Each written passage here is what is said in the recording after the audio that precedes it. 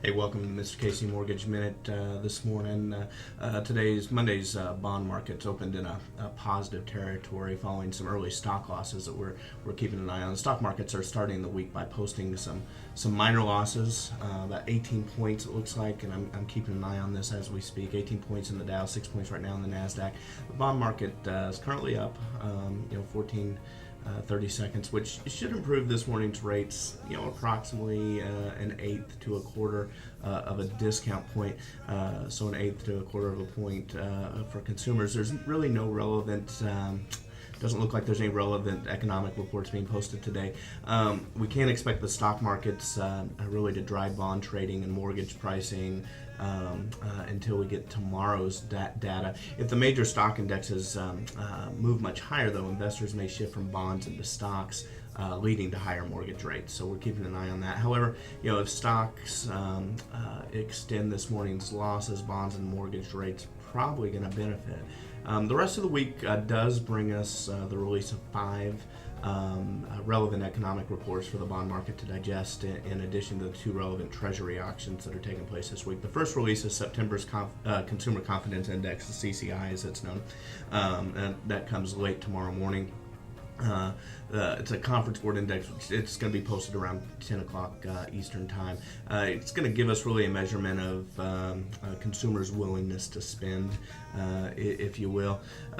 It's really expected to show a small decline based upon what we're seeing so far this morning from last month's readings, indicating that consumers are a little less optimistic about their own financial situations than they were last month.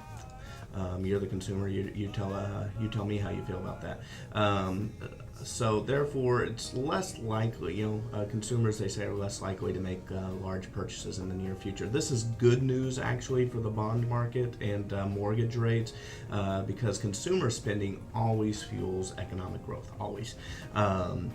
So analysts, the analysts I'm keeping an eye on now, they're all calling for a reading of approximately 53 basis points down from August 53.5 in the Consumer Confidence Index. The smaller the reading, the better the news for the bond market and mortgage rates. It's always the way that is. The Treasury will sell 5-year notes and 7-year notes both on Wednesday. So both the 5-year bond and the 7-year bond notes are going to be sold on Wednesday.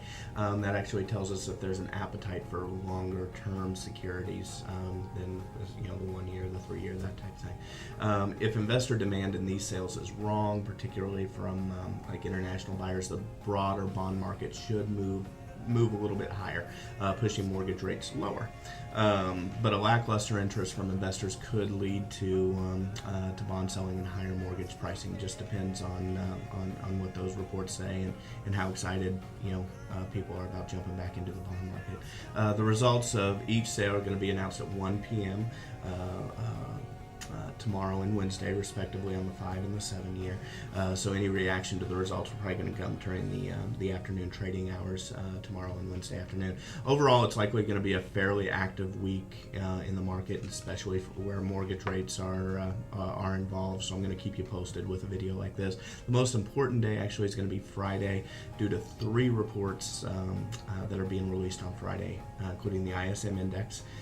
But tomorrow's events can also, we're really expecting tomorrow's events to heavily influence mortgage rates. This is one of those weeks that I recommend maintaining contact with your mortgage professional if you're still floating an interest rate, or you're considering if you're considering looking at some different homes, that type of thing.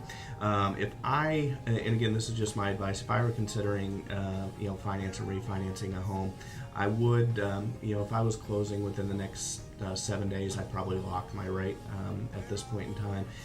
If I would close in anywhere between 8 and 20 days, I'd probably lock.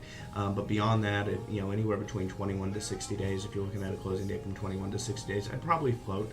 We're not going to see great volatility over a long term, but we're probably looking at a lot of volatility over the next few days with all these reports coming out. Again, this is only my opinion of what I would do. I'm not telling you what you should do, and I can't guarantee any results, but that's what I would do if I were financing or refinancing a home. Hope this information was helpful. Love to hear your comments, and we look forward to talking to you soon. Thanks so much.